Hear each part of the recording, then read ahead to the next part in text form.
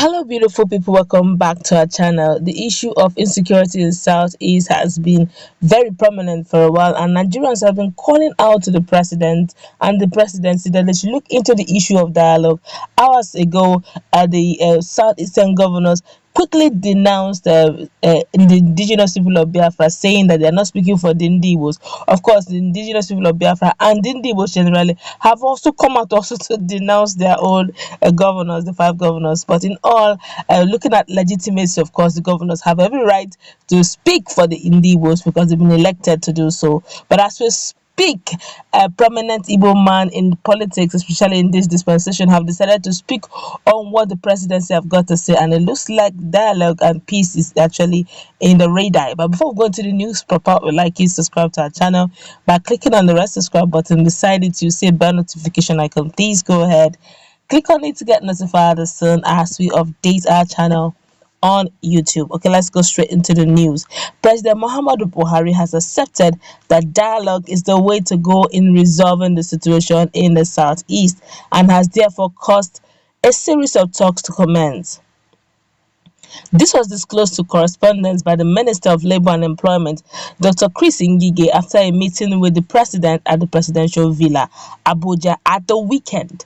He was joined at the meeting, in which labour crisis was also discussed, by the Chief of Staff to the President, Professor Ibrahim Gabari. Ngige said, "We also looked at the security situation, especially in my zone, the southeast, and we made some proposals to him based on the yearnings of the people and what the government also wants. And we are following up a dialogue, which at the end of the day is what will happen. We have to talk, we have to discuss, and part of the discussion starts also tomorrow. The Minister of Defense, Minister of Interior, and the service chiefs were in Enugu earlier last Saturday, and we are going to do follow-up meetings on that again starting from tomorrow. We briefed him and he accepted that dialogue is the way to go in all this. Like I keep on saying, there's a very thin line between perception and reality. So certain things should be done, at least to assuage the feelings of the people in the area and make them not to feel unwanted, so that area will also be discussed." Ngige revealed that they also briefed the president on labor issues, including the recent strike embarked upon by the Judicial Staff Union of Nigeria, JUSON, and the Parliamentary Staff Association of Nigeria, PASAN, that paralyzed legislative and judiciary activities in the country for 2 months before the strikes were called off. He said that issues concerning the face-off between Kaduna State Government and the Nigerian Labour Congress (NLC) were also tabled at a meeting.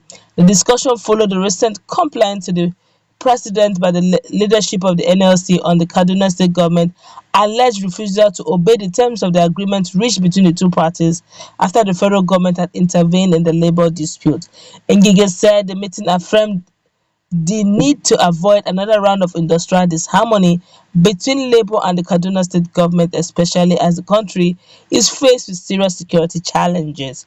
The minister said he also briefed the president on developments in the Labour Ministry with regard to the industrial action embarked upon by some unions. He said, "As I have to see him, that's Mr. President, to appease him to appraise him rather with the labour industrial milieu, especially when you know that the judiciary and parliamentary workers, Jason and Person, respectively, had been on strike since 2 months now. We achieved a truce, through up an agreement, and we have today to submit his own copies of agreement to him. We are going to monitor the agreement. He's very interested in it, and if you remember, you had to do an executive order 10 in consonance with the constitution, so that we have independent financial autonomy for the judiciary and the legislature in the state." So it is as one of the few things, and he was happy that at least the strikes has been called off. We also looked at the Kaduna State Government, Nigerian Labour Congress, and Brogo. We have arrested the strikes, we have apprehended them, and formed committee for the workers through the NLC and the Kaduna state government so that they can do some social dialoguing and reconciliation through that route. The NLC just 5 days ago wrote to Mr. President complaining that the Kaduna state government wasn't keeping to their own side of the agreement signed, especially in the area of victimization of workers, and that the government of Kaduna state has sacked some staff from the workforce for participating in the strike. This is quite strong. Well, a Twitter user had been talking, and this is getting really interesting. Well, Buhari has accepted dialogue as a solution to solve the crisis, Ngige said. This is quite interesting. And Nigerians have decided to talk. They're going to take like one or two commentary. They will look at this very critically. This one I say, Akpoko, Akpokalo. I wonder what that means. I really don't know what he means. This one I say, no dialogue with group, let it be fire on fire. Ha ha ha. Igbo people are not serious. Are you serious? Okay, but let's look at this. That's actually people just trying to catch fun on social media. Let's look at it very critically. Finally, it looks like the presidency is beginning to see it from a different point of view.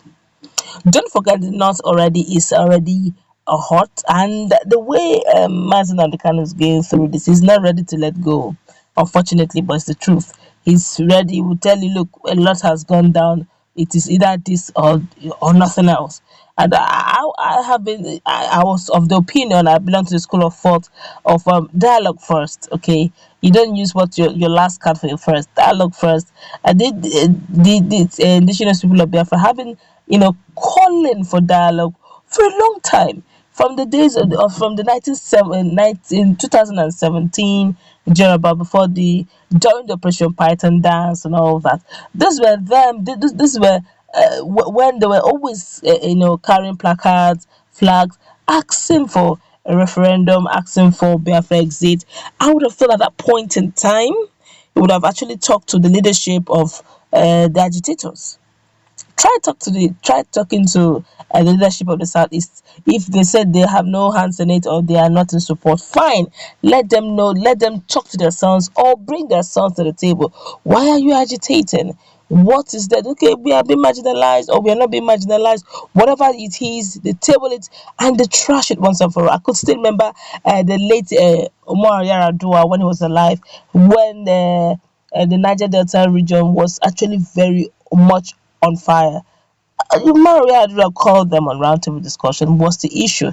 Yes, the economy is totally dependent on, strongly dependent on the oil coming from your region. We can't afford to allow you guys to, do things that will cause the economy to, be crippled. What do you want? What is the bone of contention? Why are you agitating, or why are you, destroying pipelines? Take him on and the dialogue issues, and it says, okay, look, let's see how we can look into the issue of amnesty, because they are the ones that are actually laying the gold egg that Nigerians are enjoying. The whole Nigeria, the country is enjoying that economy, and they are not well taken care of. They usually suffer oil spillages, and their farmlands are of nothing to write home about. Their waterways are always destroyed due to oil spillage. They can't fish, and they're saying, look, no more. If we can't be good laying these beautiful eggs and we don't get anything out of it, and hence the amnesty program began. So you can see dialogue is always the key first, and I would have expected the same thing to be done to the issue of agitation in both southeast and southwestern part of the country. But alas, it was a bit different.